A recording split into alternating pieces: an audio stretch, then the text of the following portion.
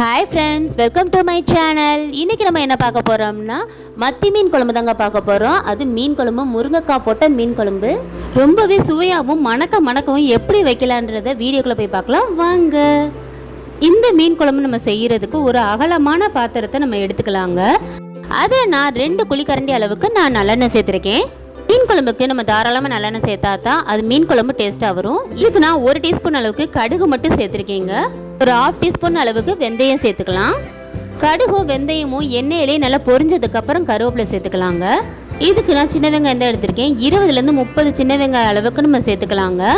சின்ன வெங்காயம் சேர்த்தா ரொம்பவே நல்லா இருக்கும், வாசனையாகவும் இருக்கும். இதுக்கு நான் 10 பூண்டு பற்கள் எடுத்திருக்கேன், அதையும் சேர்த்துக்கலாம்.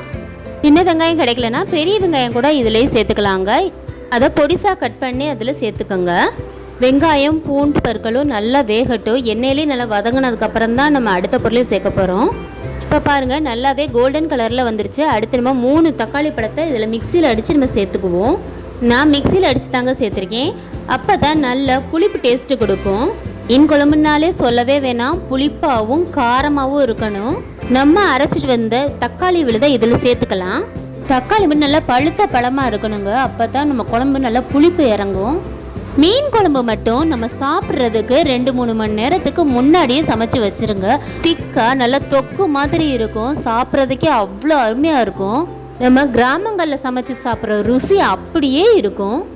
இப்போ பாருங்கள், தக்காளி இருந்த தண்ணி ஃபுல்லாமே வத்த ஆரம்பிச்சிருச்சு, எண்ணெய் நல்லா பிரியவே ஆரம்பிச்சிருச்சு. இந்த ஸ்டேஜில் நம்ம மசாலா அப்படி சேர்த்துக்கலாம். 1 டீஸ்பூன் அளவுக்கு மஞ்சத்தூள் சேர்த்துக்கோங்க. தனி மிளகாய் தூள் 1 டீஸ்பூன் அளவுக்கு சேர்த்துக்கலாம். மல்லித்தூள் 2 டீஸ்பூன் அளவுக்கு சேர்த்துக்கலாங்க. வீட்டில் இருக்க குழம்பு மிளகாய் தூள் 2.5 டீஸ்பூன் அளவுக்கு நம்ம சேர்த்துக்கலாங்க. மசாலா தூள் எல்லாத்தையுமே நம்ம எண்ணெயிலேயே வதக்கி எடுத்துடலாம். மசாலா இவ்வளோ சேர்க்குறமே காரமாக இருக்கும்னு நினைக்க வேண்டாம், கண்டிப்பாக காரம் இருக்காது. நம்ம போடுற மீன் வந்து எல்லாத்தையுமே அப்சர்வ் பண்ணிக்கிறோம். இந்த குழம்புக்கு தேவையான புளியை நம்ம எடுத்துக்கலாம். புளியை நம்ம உள்ளங்கையில் வச்சு உருட்டினா பெரிய எலுமிச்சம்பழ சைஸில் இருக்கணும். அந்த அளவு எடுத்துட்டு அரிசி களைஞ்சி தண்ணியில் நம்ம ஊற வச்சுக்கலாம். மீன் குழம்பு செய்கிறதுக்கு எங்களுக்கு இந்த அளவு தேவைப்படுது. இதை நான் அரிசி களைஞ்சி தண்ணியில் எடுத்து வச்சுருக்கேன். மசாலா சேர்த்தது ஃபுல்லாமே நல்லா அப்சர்வ் பண்ணிவிட்டு எண்ணெய் விட ஆரம்பிச்சிருச்சு பாருங்கள். எண்ணெய் நல்லா பிரிஞ்சு வந்துருச்சு. புளி கரைசலை நம்ம வடிகட்டி வச்சுக்கலாம். நான் ஜல்லடையில் தாங்க யூஸ் பண்ணுவேன், அப்போ தான் ஒரு திக்கல் கூட இல்லாமல் இருக்கும். அரிசி களைஞ்ச தண்ணீர் இல்லைன்னா பரவாயில்லைங்க, நம்ம நார்மல் வாட்டரில் கூட புளியை ஊற வச்சுக்கலாம். இப்போ பாருங்கள், நம்மளுக்கு தேவையான புளி கரைசல் கிடச்சிருச்சு. இதை நம்ம குழம்புல சேர்த்துக்கலாம். புளி தண்ணீரை சேர்த்ததுக்கப்புறம் நம்ம குழம்பு எவ்வளோ திக்காக வேணுமோ அந்த அளவுக்கு மட்டும் நம்ம தண்ணியை சேர்த்துக்கலாம்.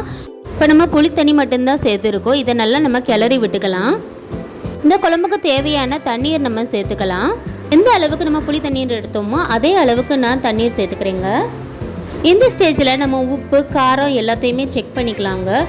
புளிப்பும் காரமும் கம்மியாக இருந்துச்சுன்னா இந்த ஸ்டேஜில் நம்ம சேர்த்துக்கலாம். நான் 1.5 டீஸ்பூன் அளவுக்கு கல்லுப்பு தாங்க சேர்த்துருக்கேன். குழம்பை நம்ம நல்லா கிண்டி விட்டுறணும். நம்ம சேர்த்துருக்க மசாலா ஃபுல்லாமே பச்சை மணம் போகணுங்க. பச்சை மணத்தோட குழம்பு சாப்பிட்டா டேஸ்ட்டாக இருக்காது. இப்போ பாருங்கள், நல்லாவே கொதி வந்துருச்சு. நல்லா மேலே எண்ணெயும் பிரிஞ்சு வந்துருச்சு. நல்லா கொதி வந்ததுக்கு அப்புறம் தாங்க மீனே சேர்க்கணும். உங்களுக்கு மத்தி மீன் கிடச்சது, இது 3/4 கிலோ இருக்குங்க. மீனை மஞ்சத்தூள் உப்பு போட்டு நல்லா வாஷ் பண்ணி வச்சுருக்கோங்க. இப்போ நம்ம ஒவ்வொரு மீனாக எடுத்து உள்ளே சேர்த்துக்கலாம். மீனை நம்ம சேர்த்ததுக்கு அப்புறம் ஒரே ஒரு தடவை மட்டும் கரண்டி போட்டு கிளறி விட்டால் போதுங்க. அதிக நேரம் அதை கிண்டக்கூடாது, மீன் வந்து உடஞ்சிரும். மீன் துண்டுகளை சேர்த்ததுக்கப்புறம் ஒரு 8 நிமிஷம் மட்டும் வேக விட்டால் போதுங்க. அதிக நேரம் நம்ம வேக விடக்கூடாது. மீனை சேர்த்த உடனே நான் முருங்கைக்காயும் கட் பண்ணி வச்சுருக்கேன், அதையும் சேர்த்துக்கிறேன். இந்த ஸ்டேஜில் ஒரு கொத்து கருவேப்பிலையும் நம்ம இது மேலே தூவி விட்டுக்கலாம். ஒரு பச்சை மிளகாயை கட் பண்ணி இதில் நம்ம சேர்த்துக்கலாங்க. மீன் குழம்புனாலே நம்ம மாங்காய் தான் சேர்ப்போம். நீங்கள் முருங்காய் சேர்த்து சமைச்சு பாருங்கள், டேஸ்ட்டு அல்டிமேட்டாக இருக்கும். முருங்காவோட ஃப்ளேவர் ஃபுல்லாமே மீன்லேயும் இறங்கியிருக்குங்க. இப்போ பாருங்கள், 8 நிமிஷம் ஆயிடுச்சு. மீன் துண்டுகளும் நல்லா சாஃப்டாக வெந்துருச்சு. அதோடு சேர்த்து முருங்கைக்காயும் நல்லா வெந்துருச்சு பாருங்கள். மீன் துண்டுகள் சேர்த்ததுக்கப்புறம் அடுப்பை சிம்லேயே வைங்க. 8 நிமிஷத்துக்கு மேலே அடுப்பை எரிய விட வேண்டாம். மீன் துண்டுகள்லாம் அப்புறம் உடஞ்சிரும். எங்களுக்கு மத்தி மீன் கிடைச்சதுனால நாங்கள் மத்தி மீன் யூஸ் பண்ணியிருக்கோங்க. உங்களுக்கு எந்த மீன் கிடைக்கிதோ அதை யூஸ் பண்ணிக்கலாம். இந்த மெத்தட்லேயே மத்தி மீனில் தாங்க கால்சியம் சத்து அதிகமாக இருக்குது. குழந்தைகளுக்கு வாரம் 2 முறை இதை செஞ்சு கொடுங்க. எல்லாரும் வீட்டில் இதை ட்ரை பண்ணி பாருங்கள். இது எப்படி இருந்துச்சுன்னு எங்களுக்கு கமெண்ட்டில் சொல்லுங்கள்.